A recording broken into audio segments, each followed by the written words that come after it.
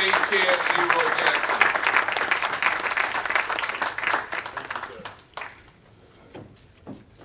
First of all, good evening. Good evening. Thank you. I thank your patience for being here tonight, that you have stayed, represent, that you're ready to go, you're ready to make some changes. Let me first make it perfectly clear. There's always somebody to carry the message. I've been doing NAACP now nearly 29 years. I have served as a police officer. I'm a criminal justice professor, have a Juris Doctor of Law degree. Everything I've learned first was through the NAACP. I'm honored to be here. Yes, I have a southern accent. Started out in a little town called back in South Carolina. Proud of my roots. Brother Harris, met him, a great friend over the years, some 20 years ago. Met him on the streets fighting for civil rights. Great man.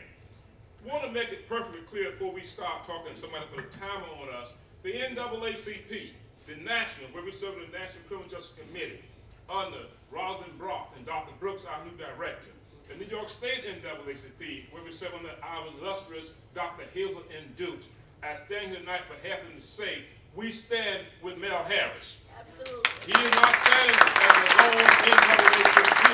He is the voice and the body of the NAACP. I want those just some in-house things before we move on. To our white brothers and sisters, we thank you, and all other races, because when we look at the history of America, America didn't change as a favor for black folks. America changed when people of all colors got together and made some demands. We thank y'all for being with us. And if y'all can just tune us out for 30 seconds, there's something I got to say. Before we can move on any of these changes, internally, we have to clean and correct house. And y'all tune us out for 30 seconds. That N-word. When this brother got beaten like that and they put the sign up, it was blatant discrimination based on disrespect. You can't ask people to respect you when you call your own self the N-word. All right. You can't do it. Nobody can ride in my car, come in my house and use the N-word. I don't care who they are. They know better.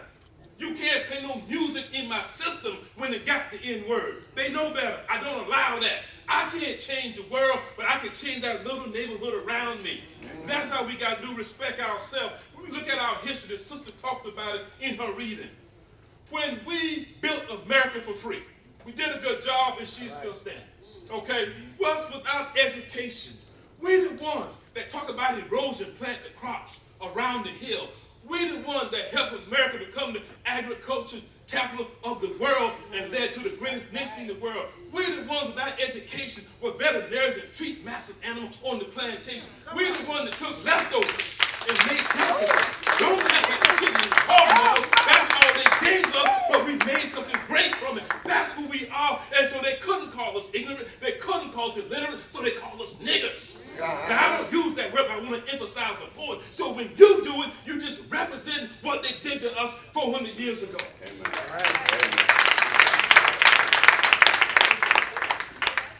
If anybody got a right to walk these streets without being oppressed, without being brutalized, it is us. We paid a price to be here. We didn't volunteer. They came to snatch us to be the commodity she talked about. Right. But when we got here, we showed up and showed out. I went and participated in the Memorial Day and some of the veterans, and I saw these brothers. Some had fought in World War II, some in wheelchairs, disciplined, still disabled. Got home, called the N-word, but yet still, they fought abroad where we didn't have it home, but they fought and they showed out. Every war that we ever had, before America was America, we fought for America. If anybody got a right to walk these streets without a prejudice, it's us. It's not a freebie. We're not asking for a handout. We're asking for what and demanding for what we're entitled to and what we've earned.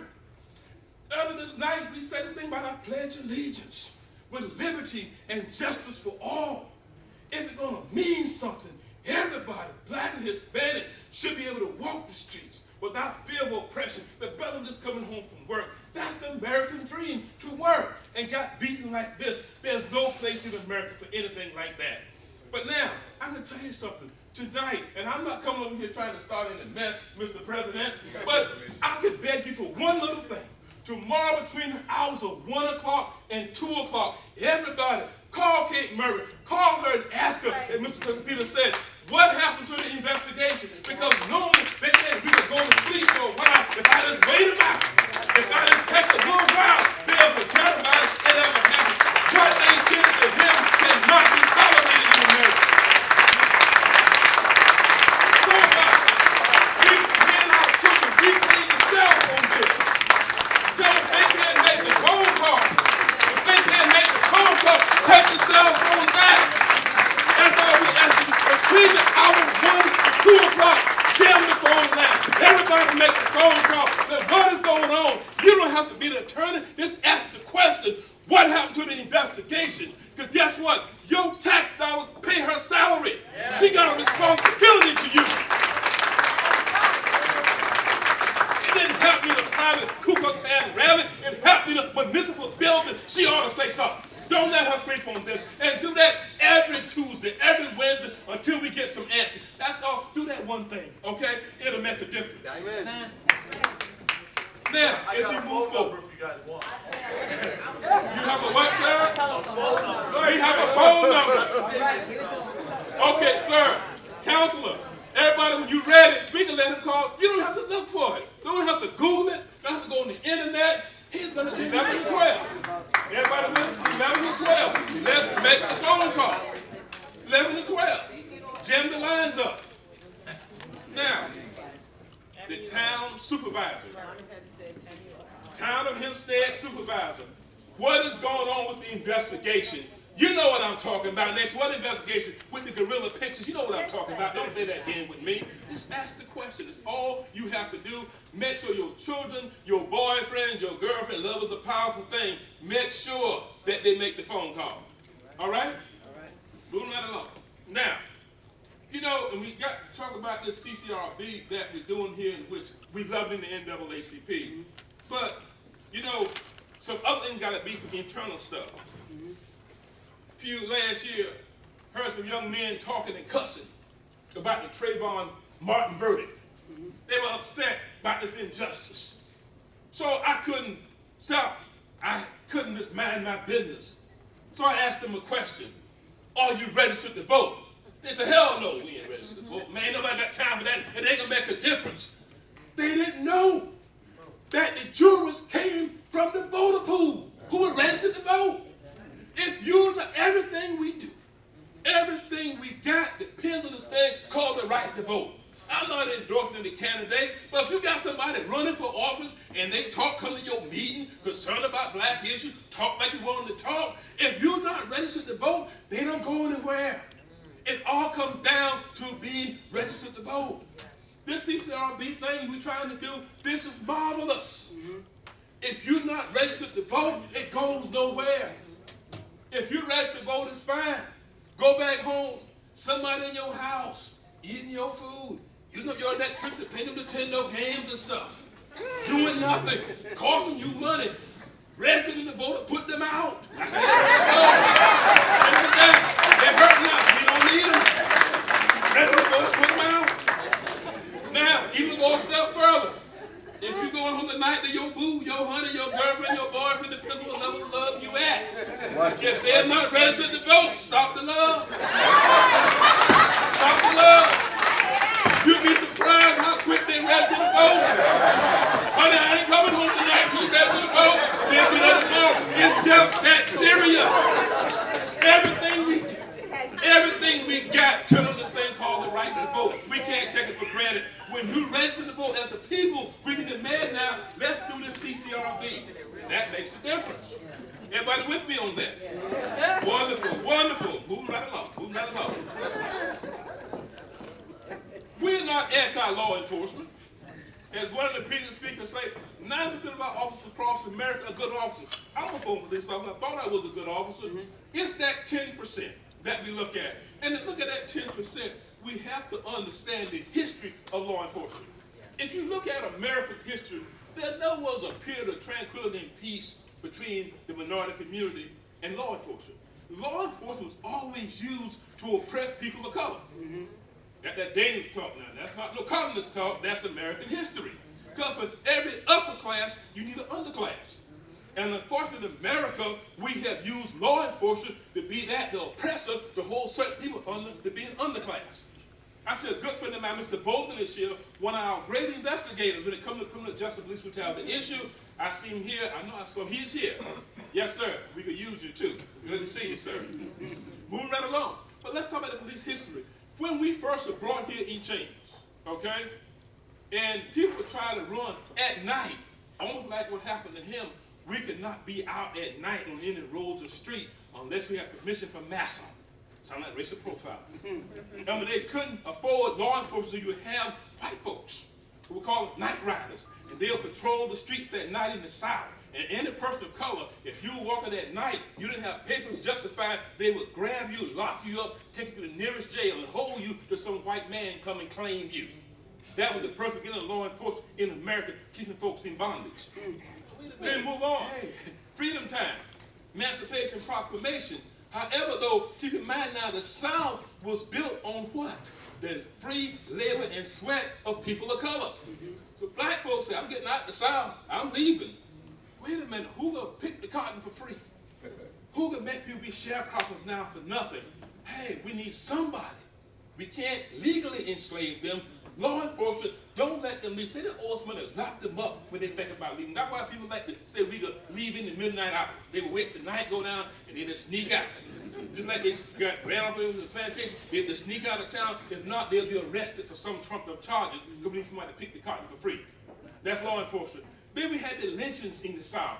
Nobody cared about black folks. That's why I don't use the word picnic and stuff. Nobody cared about black folks being killed and lynched. It was law enforcement that go and participate in the lynching. Put on their robe and their sheet. It wasn't all just some people out of town. Law enforcement was involved with that. We got to understand the dynamics.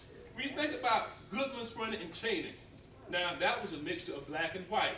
Two of those white brothers were from New York City. That's right. One was just right from Queens.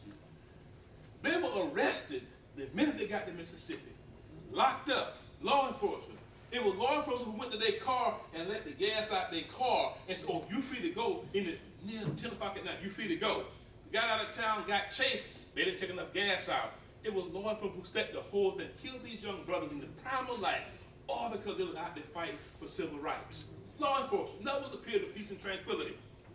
They've been still with the civil rights movement. When you look at television, see this thing, Eyes on the Prize, and you talk to some of our people now, our fathers and mothers, they can tell you about the Bull Connors and Lester Maddox. It was law enforcement that we were invoking our First Amendment right, the freedom of protest. It was law enforcement used to put the bulldogs and the German Shepherd in the water hole. Law enforcement. Never a period of peace and tranquility. Dr. King locked up and arrested 32 times just for saying we have a right to be here. Law enforcement. Even now we come and we see once a brother get a record or a sister, it destroys their career. Yeah. Law enforcement. Somebody got to do those little small jobs, give them a record. They can't reach the big job. Somebody got to do the little job for others to profit over. Once again, we're using law enforcement. We have to understand with the history because there was a time when we really took the opportunity to say, let's make sure we can reconcile the police department, law enforcement, and the minority community. There's no training for that. You can be a member of the Ku Klux Klan. Sign up to be a law enforcement officer, you are that. You in. Simple as that. There's no screening process to weed out the bad from the good. But nevertheless, we still go about, we don't accept that. We have to get rid of the bad. That's why we need this bill here to get the CCRB to watch them. When we look at our community, and I'm going to tell you what you're going to be faced against. People are going to come, some of our own people in the neighborhood and say, you know what? If we come with this bill, what's going to happen? Crime going to run rampant. There'll be violence. And like anybody else, we're concerned about the disproportionate amount of violence in our community. But all the research shows nationwide that whenever you have a mistrust and abuse by the police of the community, you have an increase in crime. When you have a professional, conducive relationship between the police and community, you have a decrease in crime. Abusing people has never been a way to bring about crime reduction. Go into some of your most troubled communities, we've done the research, in your highest crime-ridden neighborhood, you'll see a tremendous distrust between the police and that community. Tremendous distrust. For people to cooperate, report criminals, and have an effective relationship, they must have respect between the two parties. You can't get that beating people in the head, busting up little brothers upside the head. That does not bring about respect. don't buy that argument. We can have a mutual relationship of respect, but you know it's hard for the fox or for the rabbit to negotiate with the fox about who gets freedom. We got to have some power to talk about negotiation. Simple as that. Now, when we look at police brutality, who gets killed by the police, there are two main factors that we find, two determining factors. First of all, accountability. The police are never held accountable. That's why it's so important we get this passed. Never held accountable. Okay, you did it, don't do it again. We look at who gets killed, minorities get killed by police. We see like close to 98%. Really, they would do nothing wrong. Non-criminal environment, unarmed people of color being killed by the police. That goes back to that matter of disrespect of people of color by some of our police officers. How it's so easy to kill them. When you look at some of the killings that take place with black folks and Hispanic folks, when you really put it down and say, well, they're not doing anything that justifies being killed. Now, New York State alone, we have called the justification laws. Now, here's the tricky part with the justification laws. It applies to civilians and law enforcement, and what it holds that the only time you can use deadly physical force is when your life or someone else's life is in danger. That's the only time you can do that. Well, when we look at it and do the litmus test and compare the police killings also versus who get killed, and the reason being, we don't see that threat, but we go to court once again and find judges saying, okay, we're not going to hold them accountable. This bill here, it helps hold the police accountable. That's why you have to get it passed by all means. Because once we find out also, police are aware that people are watching. That's why also good to get those cameras. When they're aware, we see the police brutality decrease, and they're aware they're being watched, and they're going to be held accountable. When you have a conducive environment for brutality to run rampant, and nobody's held accountable, it would do exactly that, run rampant because nobody is held accountable. These are good jobs. You got to have people understand and look, you disrespect us, it might cost you your job, can cost you your pension. Simple as that. Now, also keep in mind that the district attorney who refuses to indict police officers for violating the law is what? An elected official. He or she needs to be elected too. When you register to vote, you can ask him or her to understand, listen, your job might go over the line on how you treat our people, but if you're not registered to vote, you can't make that demand. When you start documenting what happens, and I hope with these settings, every time somebody is abused by the police, you can keep your own chart. Brother Harris announced some years back, we looked at the 105, 103, and 113, we got rid of all the police commanders. We had documentation to show of how abusive they were. We single out certain officers and tell the commander, if you can't control your precinct, you have to go. So we're not going. We went to march in the borough president's office right before Easter. Had a lock up in her office and stuff. And she was good. She got to meet with us. We're not going anywhere. We at the front door and the back door. And she met with us. And all of a sudden, all of those police commanders, they left. But somebody said, we got to make a noise and help them understand. We're not accepting it.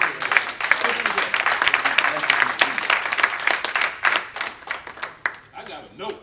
I didn't read the note. But nevertheless, I've said enough. People, thank you for coming out tonight. You know what they're saying? In 30 days, they'll have amnesia. I wonder, Mel, when you call the next meeting, will we have this many? Or will we double the numbers? Or will we have less than half the numbers that here tonight? You have to answer that question. Let them know you mean business, and change will come. Thank you for being here tonight. We're going to stand with them.